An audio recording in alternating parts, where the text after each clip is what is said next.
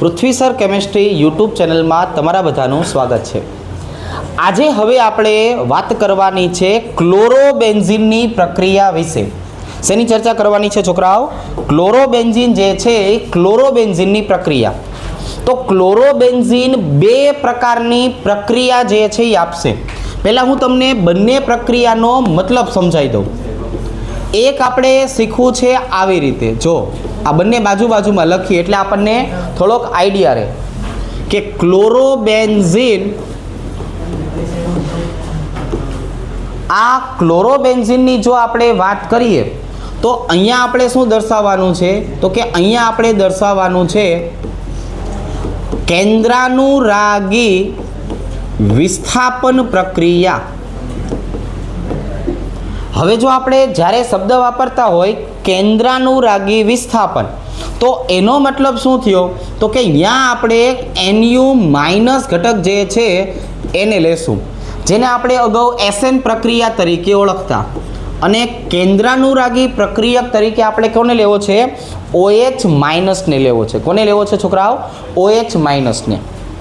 તો હવે અહીંયા વિસ્થાપન પ્રક્રિયાની વાત કરીએ તો આવી રીતે સમજાવશું। પેલું કે ભાઈ ક્લોરોબેન્ઝીન SN1 પ્રક્રિયા દ્વારા આ કેન્દ્રાનુરાગી પ્રક્રિયા આપી શકવાનો નથી, એટલે કે ક્લોરોબેન્ઝીન SN1 પ્રક્રિયા આપતો નથી। જો આની જો આપણે વાત કરીએ છોકરાઓ તો આવી રીતે સમજાવશું કે ભાઈ SN1 પ્રક્રિયા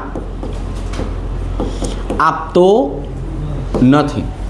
હવે આજે SN1 પ્રક્રિયાની જો આપણે ચર્ચા કરીએ તો ન આપવા પાછળના કંઈ કારણ છે? તો કે હા, પેલું કારણ કયું કે જેનાથી SN1 પ્રક્રિયા નહીં આપી શકે?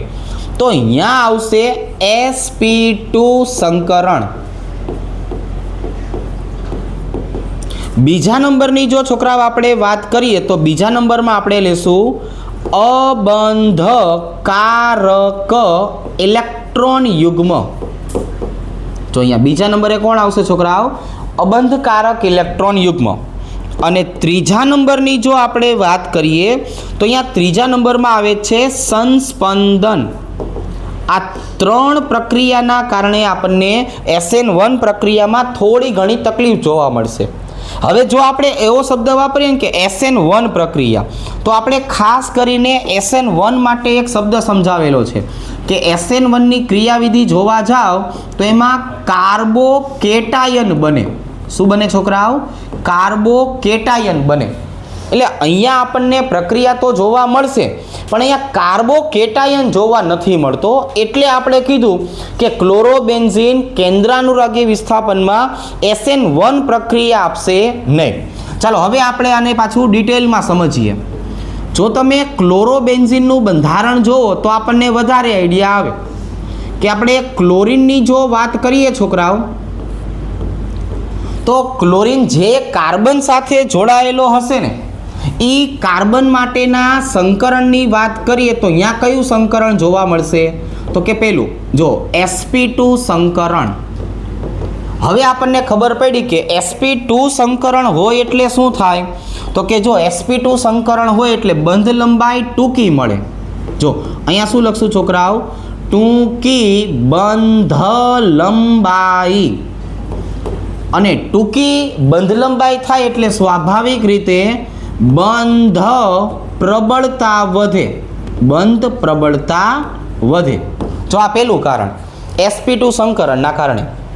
બીજું આપણે શું સમજાયું કે આ અબંધકારક ઇલેક્ટ્રોન યુગ્મ છે એટલે એ ક્લોરીન અને કાર્બન વચ્ચે આંશિક દ્વિબંધ રચાશે। આ અબંધકારક ઇલેક્ટ્રોન યુગ્મના કારણે શું થશે? તો અહીં આપણે લખશું કે અબંધકારક ઇલેક્ટ્રોન યુગ્મ આવે એટલે આંશિક દ્વિબંધ રચાય। શું રચાય છોકરાઓ? આંશિક દ્વિબંધ જોવા મળે। હવે આંશિક દ્વિબંધ થાય એટલે ફરીથી શું થાય? તો કે ફરીથી બંધ પ્રબળતા વધે। પાછો જો આ બંધ મજબૂત થઈ ગયો, બરાબર। આપણે કામ શું કરવું છે કે આપણે ક્લોરીનને કાઢી મૂકવો છે, અને ક્લોરીનને કાઢી મૂકવાની બદલે શું થવા માંડ્યું જોવો જોઈએ? તો કે બંધ તો પ્રબળ બનવા માંડ્યો। અને હજી તો કે હવે આ અબંધકારક ઇલેક્ટ્રોન યુગ્મ જેવા અંદર આવશે ને એટલે આ બંધના ઇલેક્ટ્રોન મળશે આમ ચકેડા ફરવા. જો બરોબર છે, શું કરશે તો કે આવી રીતે ચકેડા ફરવા મળશે. તો એ ચકેડા ફરવા મળે છે એનો મતલબ શું થયો તો કે ભાઈ એનો મતલબ એવો થયો કે આમાં સંસ્પંદન થયું. અને સંસ્પંદન થવાને કારણે ક્યારે પણ આ ફિનાઇલ કાર્બોકેટાયન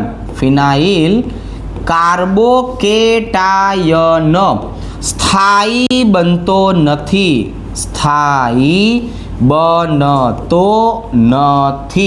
તો અહીંયા જે શબ્દ ઉપર આપણે ભાર આપવાનો હતો ને એ શબ્દ કયો આવી ગયો જોવો જોઈએ તો કે ભાઈ અહીંયા જે શબ્દ ઉપર આપણે ભાર આપવો હતો ને એ આ હતો. જો ફિનાઇલ કાર્બોકેટાયન. કારણ કે આપણે કીધું કે ભાઈ SN1 પ્રક્રિયા કરો ત્યાં કાર્બોકેટાયન શબ્દ તો આવે જ. આપણે કોઈ પણ SN1 પ્રક્રિયાની વાત કરીએ તો અહીંયા કાર્બોકેટાયન શબ્દ આવે જ. અહીંયા તો એવું કીધું કે કાર્બોકેટાયન સ્થાયી બનતો નથી. એટલે હવે ક્લોરોબેન્ઝીનની જો હું ચર્ચા કરું તો ક્લોરોબેન્ઝીન જે છે એ SN1 પ્રક્રિયા દ્વારા હવે આ કેન્દ્રાનુરાગી વિસ્થાપન પ્રક્રિયા આપી શકે નહીં. તો હવે એ પ્રક્રિયા આપી શકે ખરા તો કે હા, પ્રક્રિયા આપી શકશે પણ શેના દ્વારા? SN2 પ્રક્રિયા દ્વારા. તો હવે એ SN2 પ્રક્રિયા જે છે એને હું તમને સમજાવું. રેડી? હવે આ વસ્તુ જો આપણે અહીંયા એમ કીધું કે ભાઈ ક્લોરોબેન્ઝીન SN1 પ્રક્રિયા નથી આપતો તો એનો અર્થ એવો થયો તો અહીંયા જો આપણે લખીએ પહેલા કે SN2 પ્રક્રિયા દ્વારા કેન્દ્રાનુરાગી વિસ્થાપન પ્રક્રિયા આપશે. હવે આજે આપણે શબ્દ વાપર્યો ને SN2 પ્રક્રિયા, એને આપણે બીજા શબ્દમાં કહેવાનું છે ડાઉ પદ્ધતિ. શું કહેવાનું છે છોકરાઓ? ડાઉ પદ્ધતિ. હવે અહીંયા પ્રક્રિયાને પહેલા થોડુંક આપણે સમજણ ઉપર લઈએ. અહીંયા પ્રક્રિયા આવી રીતે થતી. જો છોકરાઓ અહીંયા આપણે પ્રક્રિયાની જો વાત કરીએ તો પ્રક્રિયા આવી રીતે થતી કે જો ક્લોરોબેન્ઝીનની હું છોકરાઓ વાત કરું તો ક્લોરોબેન્ઝીન પાસે આ પ્રક્રિયાને મુશ્કેલ કરવા પાછળનું કારણ શું હતું તો કે આખી પ્રક્રિયા તમે જો આમાં નડતર તમને કોણ લાગે છે? હું અહીંયા વાત કરું નડતર તો નડતર કોણ છે? કેમ બધા તારી સામું જોવે છે? તો નડતરની વાત કરીએ તો અહીંયા આવશે અબંધકારક ઇલેક્ટ્રોન યુગ્મ. કોણ આવશે છોકરાઓ? અબંધકારક ઇલેક્ટ્રોન યુગ્મ.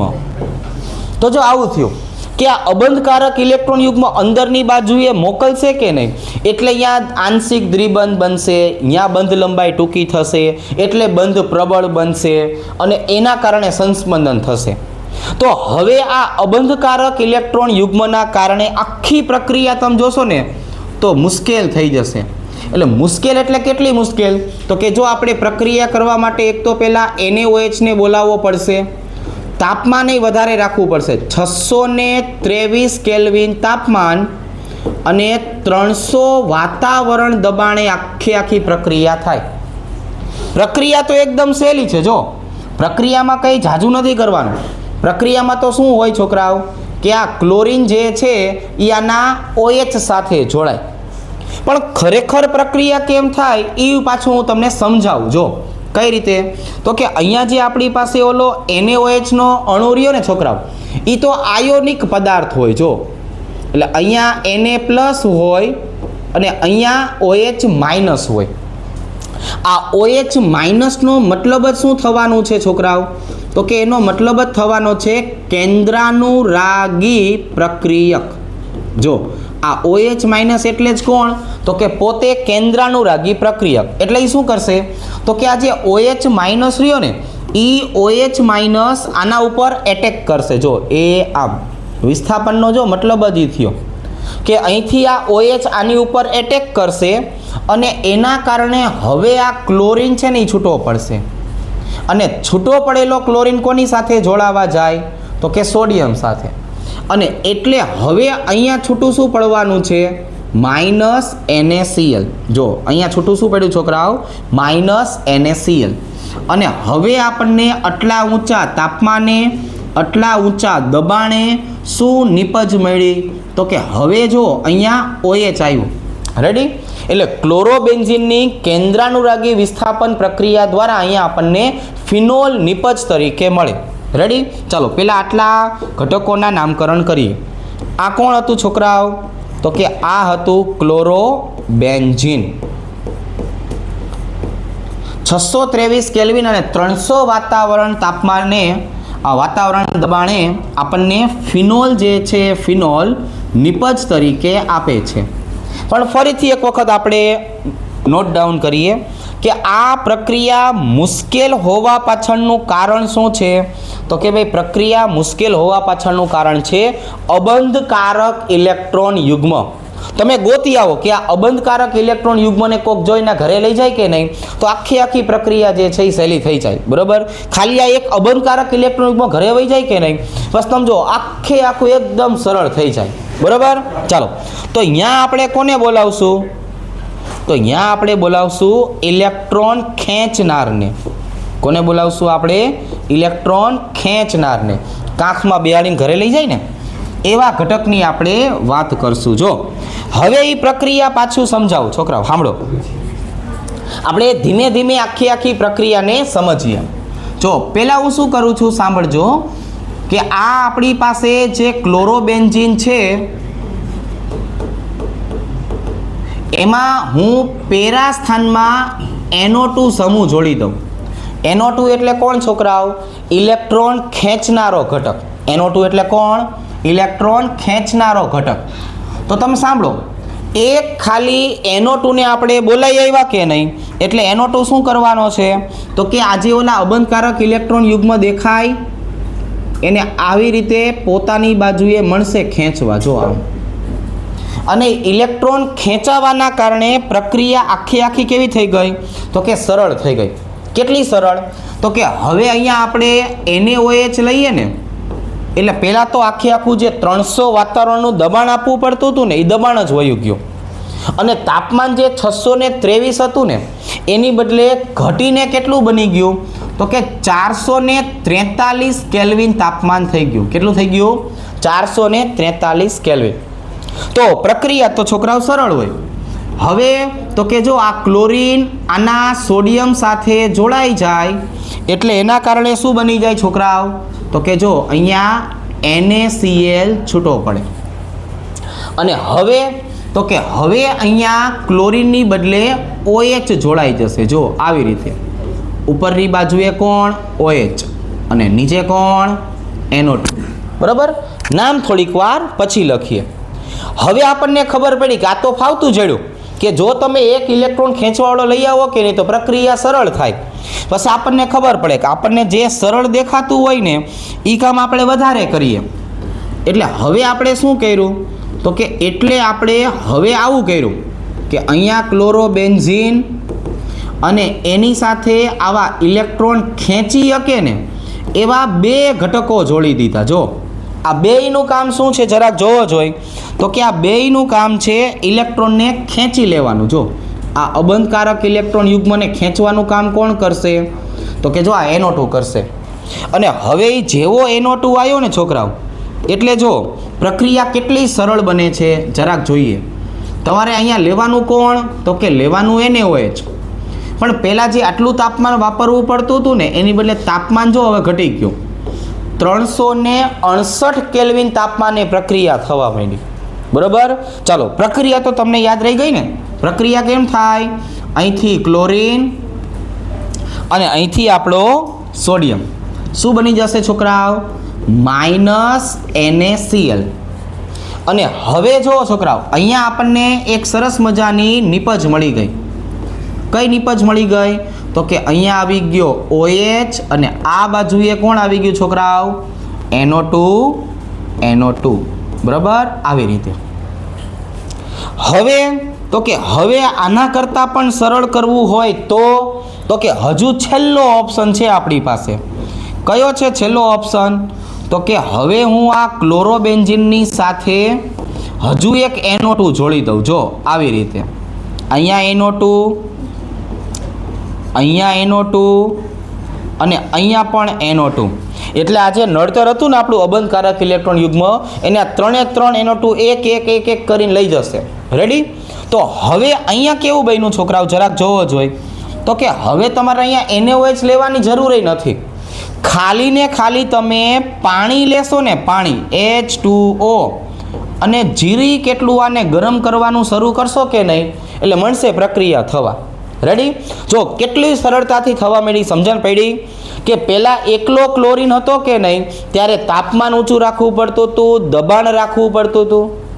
એક NO2 આવવાના કારણે તાપમાન ઘટી ગયું, બે NO2 આવવાના કારણે તાપમાને ઘટી ગયું, અને ત્રીજો આવવાના કારણે ખાલી થોડુંક એવું ગરમ કરો અને NaOHને બદલે ખાલી પાણી વાપરવાનું. જો ખાલી ને ખાલી શું વાપરવાનું? પાણી.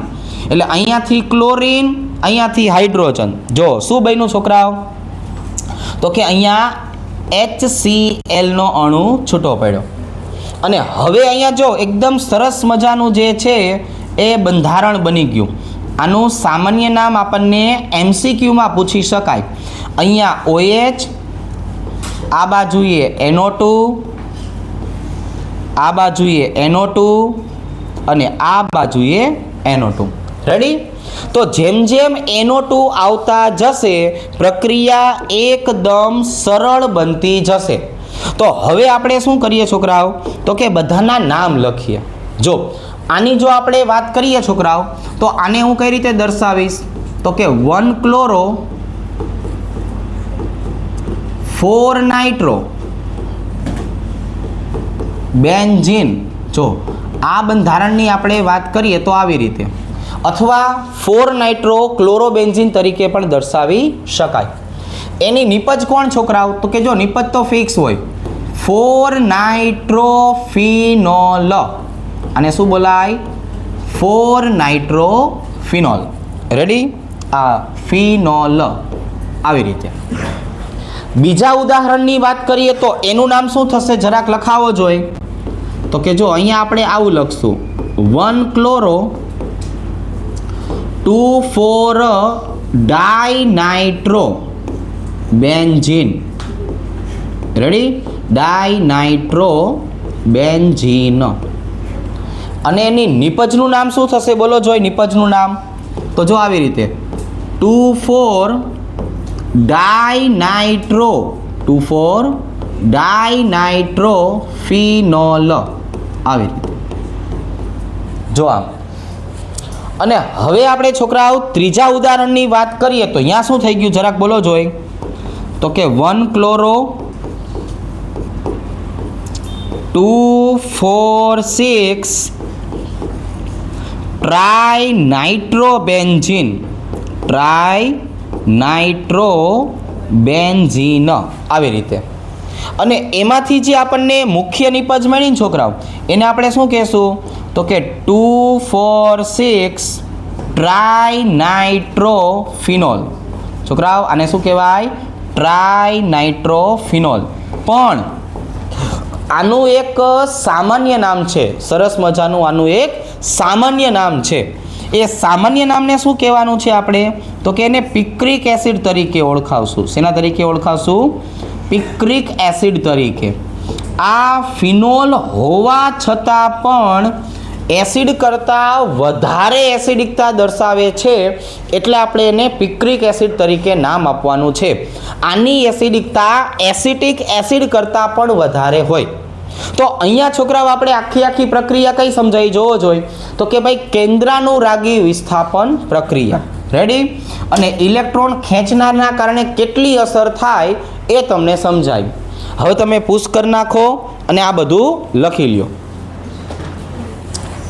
ઓકે, ચાલો. હવે આ હતી કેન્દ્રાનુરાગી વિસ્થાપન પ્રક્રિયા. હવે આપણે વાત કરવી છે છોકરાઓ ઇલેક્ટ્રોન અનુરાગી વિસ્થાપન પ્રક્રિયા. પહેલાં મસ્તીની એવી સમજણ લઈએ, પછી આનો કાર્યક્રમ કરીએ. હવે આપણે અહીંયા શું લખવું છે છોકરાઓ જોવો જોઈએ? તો કે અહીંયા લખવું છે ક્લોરોબેન્ઝીનની ઇલેક્ટ્રોન અનુરાગી વિસ્થાપન પ્રક્રિયા. હવે જો આપણે આની વાત કરીએ ને છોકરાઓ, તો આના માટે આપણને ક્લોરોબેન્ઝીનનું પહેલાં તો આખું બંધારણ આવડવું જોઈએ વ્યવસ્થિત રીતે. કઈ રીતે છોકરાઓ? તો કે ભાઈ વ્યવસ્થિત રીતે. હવે એમાં અહીંયા જો આ ક્લોરીન પાસે શું આવેલું છે? તો કે ક્લોરીન પાસે અબંધકારક ઇલેક્ટ્રોન યુગ્મ આવેલા છે. હવે જે અબંધકારક ઇલેક્ટ્રોન યુગ્મ આપણને કેન્દ્રાનુરાગી વિસ્થાપનમાં નડતા હતા, એ જ અબંધકારક ઇલેક્ટ્રોન યુગ્મ આ પ્રક્રિયાને સરળ બનાવશે. ખ્યાલ આવી ગયો? તો અહીંયા ઇલેક્ટ્રોન યુગ્મનું દાન થવાના કારણે શું થાય? તો કે જો આપણે 11મા ધોરણમાં બધા સંસ્પંદન બંધારણો શીખવાડ્યા હતા કે આના ઇલેક્ટ્રોન અહીંયા આવે, આના ઇલેક્ટ્રોન અહીંયા આવે અને આના ઇલેક્ટ્રોન અહીંયા આવે. તો આનો મતલબ આવો થયો છોકરાઓ કે આ અબંધકારક ઇલેક્ટ્રોન યુગ્મની હાજરીને કારણે હવે આ ક્લોરોબેન્ઝીનમાં ઓર્થો સ્થાન ઉપર, પેરા સ્થાન ઉપર અને ફરીથી ઓર્થો સ્થાન ઉપર નેગેટિવ ચાર્જ જોવા મળશે. શું જોવા મળશે? Negative charge. હવે આપણને ખબર છે કે આપણે ઇલેક્ટ્રોન અનુરાગી પ્રક્રિયકોની વાત કરીએ. જો E+ નો મતલબ શું થાય? ઇલેક્ટ્રોન અનુરાગી પ્રક્રિયકો. કયા કયા ઇલેક્ટ્રોન અનુરાગી પ્રક્રિયકોની વાત કરશું? તો કે ક્લોરોબેન્ઝીન. ત્યાર પછીની જો આપણે વાત કરીએ તો નાઇટ્રેશન, નાઇટ્રોબેન્ઝીન માટે શીખવાડ્યું હતું. ત્યાર પછી SO3H બેન્ઝીન સલ્ફોનિક એસિડ માટે શીખવાડ્યું હતું. ત્યાર પછી CH3+ ફ્રીડલક્રાફ્ટ આલ્કાઇલેશન માટે અને CH3CO+ ફ્રીડલક્રાફ્ટ એસાઇલેશન પ્રક્રિયા માટે. તો આવી રીતે આપણે જે છે એ સમજાયું હતું. તો હવે આ બધા જ પોઝિટિવ ચાર્જવાળા ઘટકોની વાત કરીએ તો આ જશે ક્યાં પ્રક્રિયા કરવા? તો કે ફરજિયાત એમને નેગેટિવ ચાર્જ પાસે જ આવવું પડે. તો એ નેગેટિવ ચાર્જ તમને ક્યાં જોવા મળશે? તો કે ઓર્થો અને પેરા સ્થાનમાં જોવા મળશે. એટલે હવે આમ જોવા જઈએ તો ક્લોરોબેન્ઝીન બની કેવું ગયું? તો કે હવે આ બધા ઉડતા ઉડતા જે છે એ ઓર્થો અને પેરા સ્થાને આવે તો એનો મતલબ એવો થયો કે ક્લોરોબેન્ઝીન હવે કેવું બની જાય? ઓર્થો પેરા નિર્દેશક. છોકરાઓ કેવું બની જશે? ઓર્થો પેરા નિર્દેશક. અહીંયા એક સરસ મજાની જે છે એ આપણે વાત કરવાની થશે કે ભાઈ ઓર્થોપેરા નિર્દેશક કહી તો દીધું, પણ અહીંયા આપણે હવે શું કરશું છોકરાઓ? તો કે જો બે વાદળા બનાવશું. શું બનાવશું છોકરાઓ? બે વાદળા બનાવશું અને આની અંદર થોડીક એવી કામની વાત લખશું કે જો છોકરાઓ આપણે ક્લોરોબેન્ઝીનની વાત કરીએ ને, ક્લોરોબેન્ઝીન, તો ક્લોરોબેન્ઝીન બે પ્રકારની અસર ધરાવે છે. જો કઈ બે પ્રકારની અસર? તો કે એક -I અસર અને એક +R અસર. -I અસર આવવા પાછળનું કારણ ક્લોરોબેન્ઝીનમાં જે ક્લોરીન છે ને એ ક્લોરીનની વિદ્યુત ઋણતા છે. શું છે છોકરાઓ? ક્લોરીનની વિદ્યુત ઋણતા. એની વિદ્યુત ઋણતા વધારે છે ને એટલે એ -I અસર દર્શાવે. પણ સારી વાત એ છે કે ક્લોરીન પાસે શું આવેલું છે? તો કે ભાઈ ક્લોરીન પાસે અબંધકારક ઇલેક્ટ્રોન યુગ્મ આવેલા છે. ક્લોરીન પાસે હવે શું આવેલું છે? અબંધકારક ઇલેક્ટ્રોન યુગ્મ. એના કારણે એ +R અસર ધરાવે છે ને, આ +R અસરના કારણે એ શેના તરીકે વર્તવા માંડે છે? ઓર્થોપેરા નિર્દેશક તરીકે. હવે જો જનરલી આપણે વાત કરીએ કે ઓર્થોપેરા નિર્દેશકો કેવી અસર ધરાવી શકે, તો જો આપણે સમજાવીએ કે કયા કયા એવા ઘટકો હતા, તો કે જો એક ટોલ્યુઇન હતું, પછી તો કે ફિનોલ આવશે, પછી એનિસોલ આવશે, બરાબર, આ OCH3, અને એના પછીની વાત કરીએ તો એનિલિન પણ આવશે. જો આ બધા જ ઘટકો જે મેં અહીંયા દર્શાવ્યા છે ને, ટોલ્યુઇન, ફિનોલ, એનિસોલ, એનિલિન, આ બધા જ શેના તરીકે વર્તે? ઓર્થોપેરા નિર્દેશક તરીકે. અને આ બધાની જો આપણે છોકરાઓ ખાસિયતની વાત કરીએ તો આ બધા જ ઘટકો કઈ ખાસિયત ધરાવે છે? તો કે પ્લસ આઈ અસર ધરાવે છે અને પ્લસ આર અસર ધરાવે છે. જો ઓર્થોપેરા નિર્દેશક ખરા, આઈ ઓર્થોપેરા નિર્દેશક, આ પણ ઓર્થોપેરા નિર્દેશક, પણ આની પાસે માઇનસ આઈ વિદ્યુત ઋણતાના કારણે પ્લસ આર અબંધકારકના કારણે. અહીંયા સેમ ટુ સેમ આ બધાની વિદ્યુત ઋણતા આ બધાની સાપેક્ષમાં ઓછી હોય છે, એટલે આવી અસર ધરાવે છે. તો હવે પછી હું તમને જે પ્રક્રિયા સમજાવવાનો છું એ બધી જ પ્રક્રિયા ઓર્થો અને પેરા સ્થાનમાં જોવા મળશે. ક્યાં જોવા મળશે? ઓર્થો અને પેરા સ્થાનમાં. તો પહેલાં આટલી ઉપયોગી માહિતી લખી નાખો ને, પછી હું તમને 2 કટકામાં બધી જ માહિતી આપું. હવે આ જો અહીંયા આપણે એવું નક્કી કરી નાખ્યું છે કે ક્લોરોબેન્ઝીન ઓર્થો અને પેરા સ્થાન છે એમાં પ્રક્રિયા આપે છે, બરોબર. તો હવે આપણે અહીંયા શું કરીએ છોકરાઓ? તો કે જો ક્લોરોબેન્ઝીનની પ્રક્રિયાઓ લખીએ. હું 2 કટકામાં પ્રક્રિયા તમને લખાવું છું. જો અહીંયા કોણ આવી ગયું છોકરાઓ? ક્લોરોબેન્ઝીન.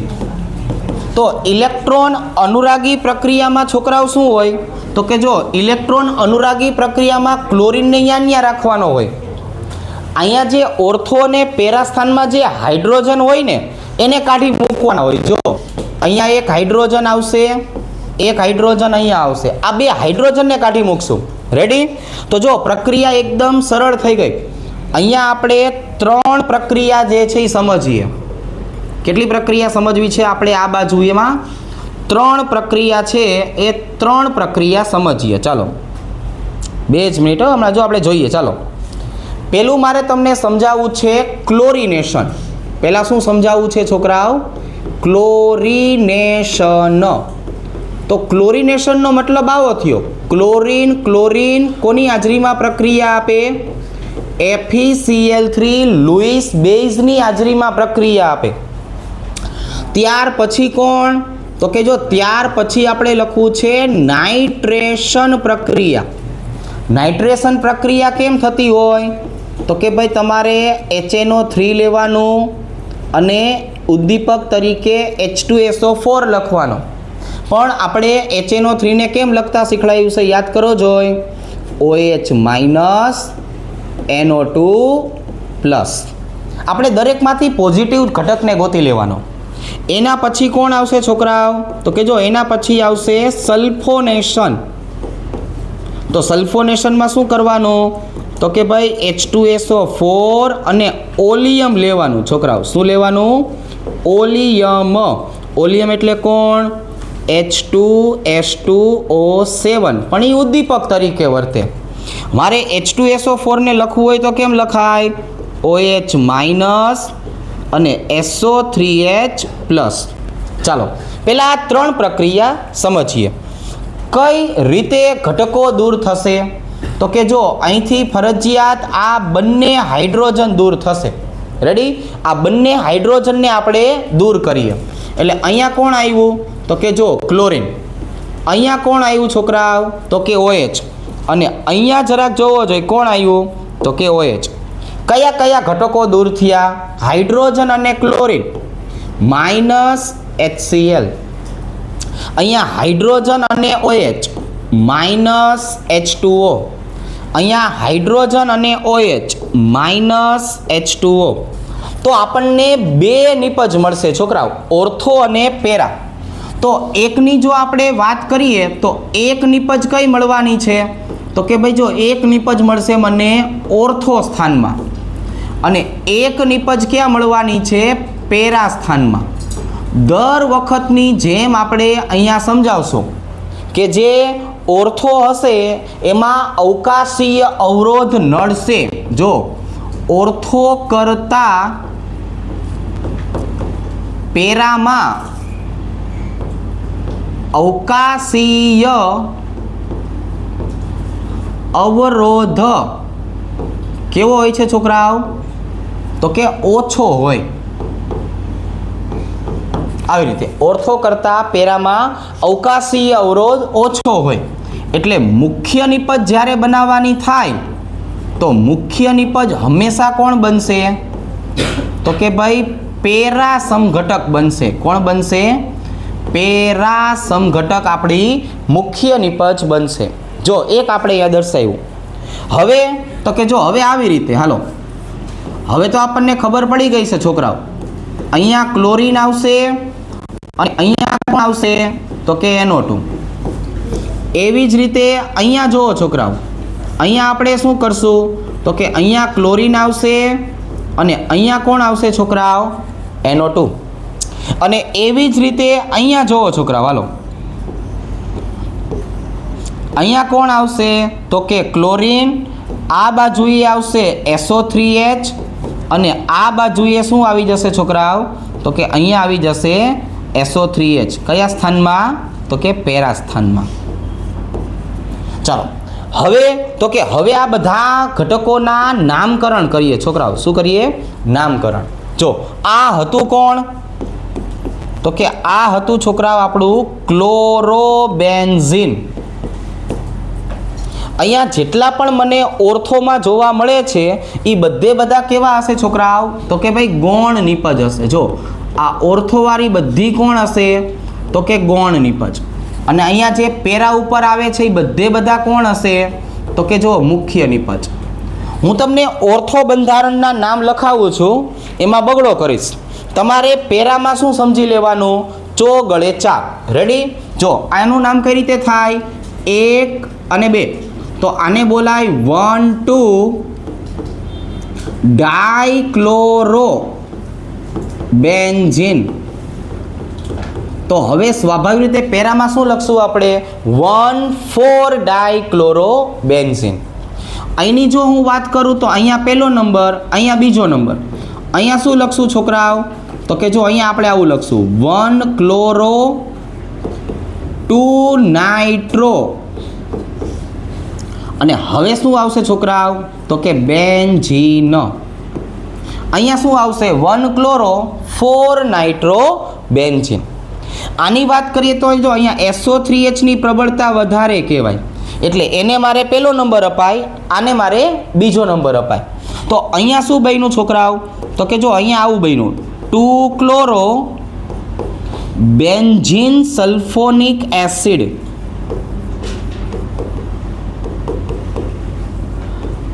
જો અહીંયા શું આવી ગયું છોકરાઓ તો કે જો અહીંયા આવું આવી ગયું 2 ક્લોરો બેન્ઝીન સલ્ફોનિક એસિડ. તો આ આપણે પહેલો ભાગ શીખા કે જેની અંદર આપણને આ 3 પ્રક્રિયા જોવા મળી. હવે આનો નાનો જો બીજો ભાગ જે છે એની વાત કરીએ. બીજો ભાગ જે છે એમાં આપણે ફ્રીડલ ક્રાફ્ટ પ્રક્રિયાની ચર્ચા કરશું.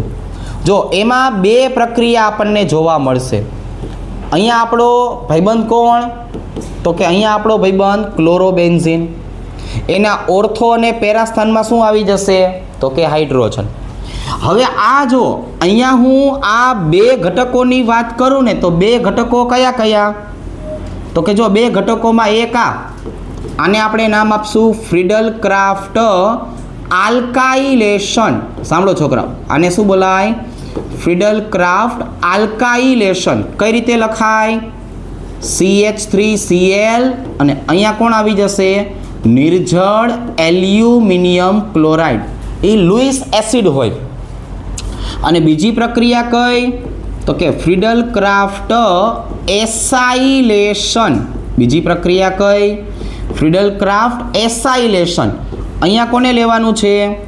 CH3C ડબલ બંધ OCl ઓબ્લિક નિર્જળ AlCl3. તો હમણાંની જેમ પ્રક્રિયા તો કઈ રીતે થશે તો કે જો આ ક્લોરોબેન્ઝીન જે છે એનો હાઇડ્રોજન અને અહીંથી જો ક્લોરીન, અહીંથી જો કોણ? ક્લોરીન. તો છૂટું શું પડ્યું છોકરાઓ? -HCl. -HCl. તો ફરીથી 2 નિપજ મળશે છોકરાઓ. કેટલી નિપજ મળશે? 2 નિપજ.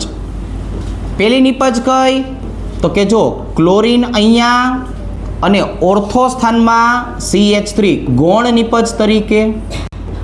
અને જો અહીંની આપણે વાત કરીએ છોકરાઓ તો અહીંયા ક્લોરીન અને મુખ્ય નિપજ તરીકે કોણ તો કે પેરા સમઘટક. સેમ વસ્તુ અહીંયા જુઓ છોકરાઓ, અહીંયા આપણને શું જોવા મળશે તો કે અહીંયા આપણને જોવા મળશે ક્લોરીન અને અહીંયા શું જોવા મળશે? સી ડબલ બંધ OCH3 ઓર્થો સ્થાનમાં, અને એવી જ રીતે અહીંયા આપણને શું જોવા મળશે છોકરાઓ, તો કે જો અહીંયા ક્લોરીન અને અહીંયા પેરા સ્થાનમાં કોણ આવી જશે, તો કે જો પેરા સ્થાનમાં આવી જશે સી ડબલ બંધ OCH3. રેડી? ચલો તો હવે આમના નામકરણ જે છે એની વાત કરીએ. આનું નામ ભાઈબંધ શું થવાનું છે, તો કે આનું નામ થશે ક્લોરોબેન્ઝીન. જો આનું નામ શું થશે, ક્લોરોબેન્ઝીન. હવે આ કોણ હતું એનું નામે લખાવી દઈએ, મિથાઇલ ક્લોરાઇડ. જો આ કોણ છે છોકરાઓ, તો કે આ છે મિથાઇલ ક્લોરાઇડ. હવે તો કે અહીંયા છોકરાઓ પહેલો નંબર આપીએ, અહીંયા બીજો નંબર, શું નામ બન્યું, 1-ક્લોરો 2-મિથાઇલ બેન્ઝીન. આવી રીતે જો, અથવા મારે બીજું નામ લખવું હોય તો છોકરાઓ કાઉન્સની અંદર ઓર્થોક્લોરોટોલ્યુઇન. આને શું બોલાય, ઓર્થોક્લોરોટોલ્યુઇન તરીકે દર્શાવી શકાય. ઓલું પેરાક્લોરોટોલ્યુઇન થાય. હવે અહીંયા જુઓ છોકરાઓ, અહીંયા એનું એક IUPAC નામ આવી રીતે થાય, અહીંયા પહેલો નંબર અપાય, અહીંયા બીજો, એટલે આ પહેલો નંબર, આ બીજો નંબર. જો એનું એક નામ કઈ રીતે બને, તો કે મુખ્ય શૃંખલાના પહેલા નંબર સાથે છે ને લખો એકડો, અંદરની બાજુએ બીજા ઉપર કોણ આવ્યું, ક્લોરીન, તો 2-ક્લોરો. આ ચકેડાને બોલાય છોકરાઓ ફિનાઇલ, એટલે અહીંયા શું આવશે, ફિનાઇલ. 2 કાર્બન વાળો કીટોન છે એટલે એને શું લખાય, ઇથેનોન. આ બંધારણની વાત કરીએ તો અહીંયા શું લખવાનું, 4-ક્લોરો. અને આનું હજુ એક નામ લખવું હોય તો ઓર્થોક્લોરો એસિટોફિનોન. છોકરાઓ આને શું બોલાય, ઓર્થોક્લોરો એસિટોફિનોન તરીકે દર્શાવી શકાય, એસિટોફિનોન. આવી રીતે જો એ આમ. તો આજે આપણે જેટલી પણ અગત્યની પ્રક્રિયા હતી, કેન્દ્રાનુરાગી અને ઇલેક્ટ્રોન અનુરાગી, આ બંને પ્રકારની પ્રક્રિયા જે છે એની ચર્ચા કરી. રેડી? ચલો આજ માટે થેન્ક યુ.